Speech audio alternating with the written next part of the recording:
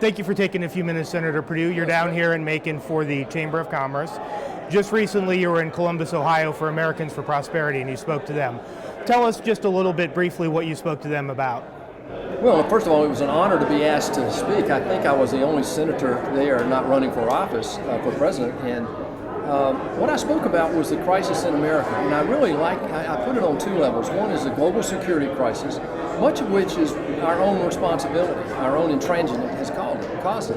And the second is what I ran on, this debt crisis, and what we can do to get the economy going to break the gridlock and solve this debt crisis. And so I was really honored to be there, and I think I'm getting these opportunities on a national level to really get this message out there and get the presidential candidates talking about it. My frustration is the last cycle we very rarely talked about the economy and jobs and the debt. My role in life right now is hopefully interject those topics in this presidential debate over the next year and a half. Now, you mentioned the presidential debate. What kind of qualities are you looking for in a presidential candidate?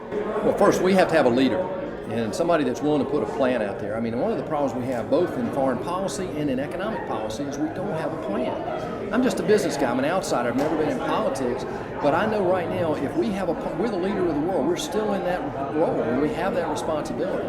So the first thing I'm looking for is somebody as a leader. The second is somebody that can pull us together as a country. If someone were firing missiles at one of our cities, we would be shoulder to shoulder defending our country. And yet I think that's about where we are right now relative to this economic crisis, that much of which is of our own making. You know, in the past 100 years, we've had three supermajorities. The first gave us a New Deal, the second gave us a Great Society, and the third gave us Dodd-Frank and Obamacare.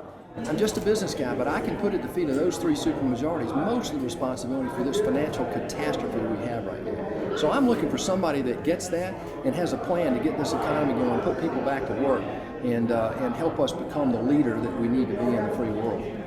You ran as an outsider, and you opened your speech at AFP talking about that. Is there a tension between your status as an outsider and the need to get 49 other votes, 50 other votes in order to pass legislation? Absolutely. But the advantage I have as an outsider is that I can bring a perspective to the Senate. That's what I saw when I ran, and that's in fact what's happening. There are only a few people there who have any business experience. I'm the only Fortune 500 CEO in the Senate.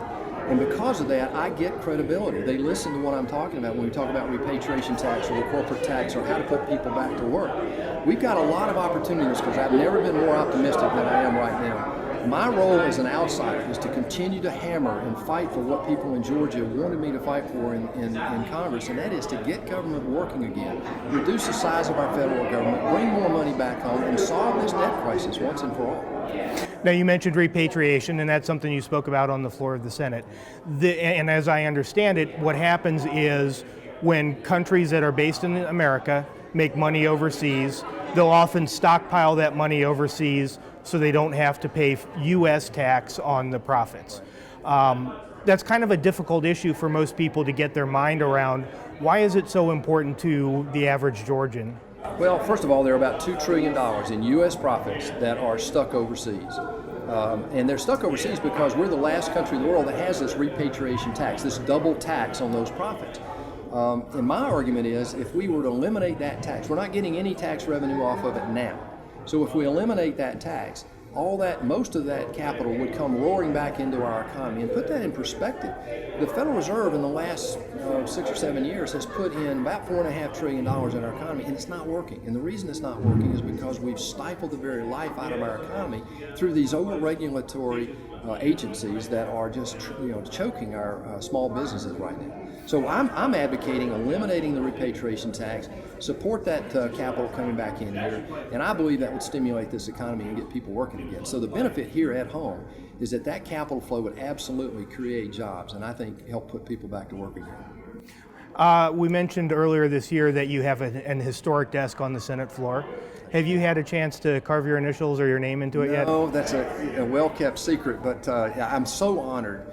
First of all, I have an office in the Richard B. Russell office building. Secondly, I have an office on the floor that Saxby Chambliss, Zell Miller, Sam Nunn, and Richard Russell himself had that desk on the Senate.